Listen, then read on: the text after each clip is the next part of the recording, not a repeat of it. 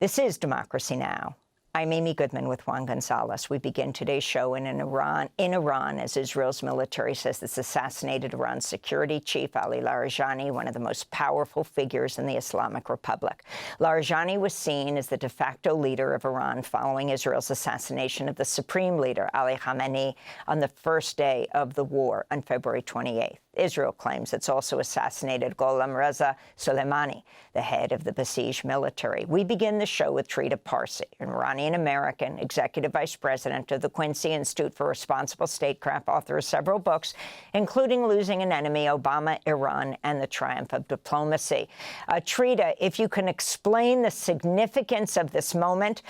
Iran has not confirmed this, but Israel says it has killed the security chief, Ali Larijani. Who is he? And also the head of the Barej militia. Talk about both of them.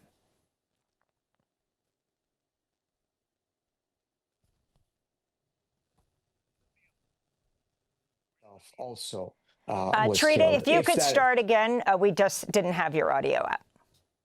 Oh, I was just saying that it is confirmed that Larijani's son was killed in this attack, but it's not clear at this point whether Larijani himself was killed. It appears likely, but we don't know yet for certain. And it would be a very significant development, almost on par with the killing of the supreme leader.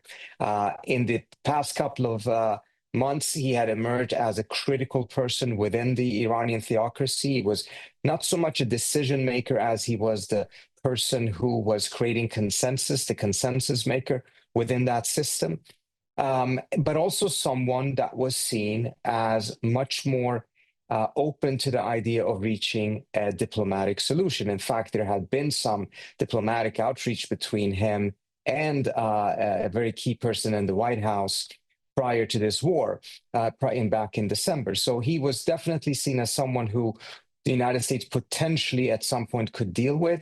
Whether the Israelis deliberately targeted him because they just had the opportunity, because it was an effort to kill any potential off-ramp for Trump by eliminating those who could engage in diplomacy with him, or whether this is something that has more to do with the fact that perhaps the strategy now is shifting back towards regime decapitation after it's become clear that reopening the straits militarily is going to be extremely difficult. And as a result, the U.S. and Israel are shifting back towards what they started off this war with, was by trying to see if they could decapitate the regime and cause regime implosion. I don't find that very likely. This is definitely a huge tactical blow to the Iranians, but the system already has preparedness for eventualities of this kind. We saw that after the killing of the supreme leader, and the same thing will happen with the head of the besieged that has now also been killed. And Trita, in a recent article you wrote, I'm wondering your sense of where this war is heading. You wrote, one of the main mistakes on the American side is they believe the Iranians feared war more than surrender. In reality, they fear surrender far more than they fear war. Can you expound on that? Yeah, I think that the United States and the Trump administration went into this war with a very false perception of Iran's state of strength or weakness. They believed that Iran was much, much weaker than it actually was. This was also a narrative that had been dramatically pushed by the Israelis, knowing very well that the argument for attacking Iran would very much be premised on the idea that it would be a relatively easy and quick thing to do.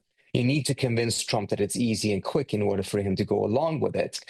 They succeeded in that. See what Marco Rubio said in his testimony in the Senate in January, essentially saying that there is a window of opportunity attacking because of this unique weakness of Iran. The weakest it has been since 1979 was the line.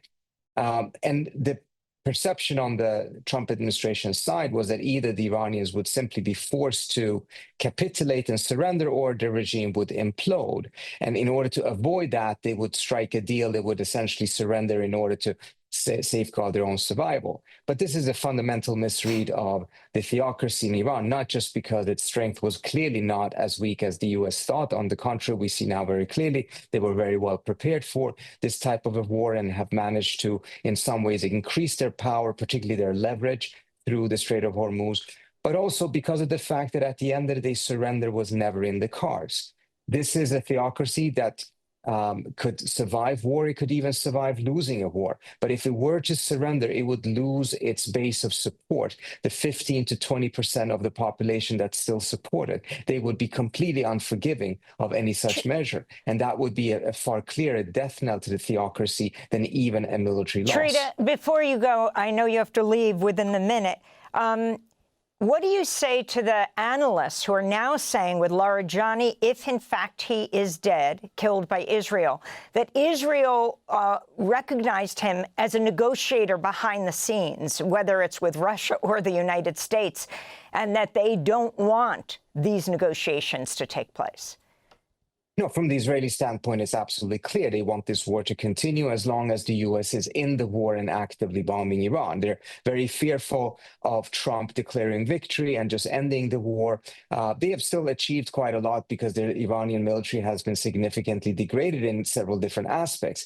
However, the Israelis have fought so hard to get the United States to go into a full-scale war with Iran. For more than 20 years, they have tried to do this. So now when that has finally been achieved, it is in their interest to prolong this war as long as they can and kill off any potential off-ramps that Trump may be looking for. And if Trump actually were to look for an off-ramp actively, a critical counterpart of his would most likely have been Ali Larijani. And we've already seen that several people who could have played that type of a role have been killed, and the remaining people within the theocracy tend to be the much more hardline ones who also see a benefit in prolonging the war rather than negotiating an end to it.